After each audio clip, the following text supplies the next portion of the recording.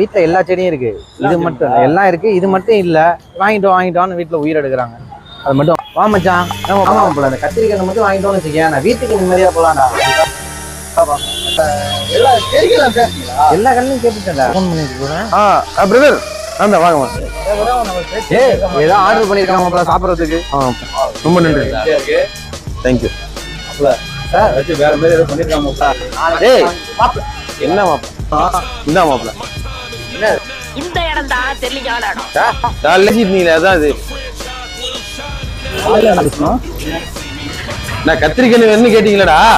இந்த இருக்குல்ல கத்திரி, இந்த இருக்கு கண்ணு, இந்த மாப்பிள்ளைக்கு மாமா கொடுத்தேன்னு சொல்லி கொடு.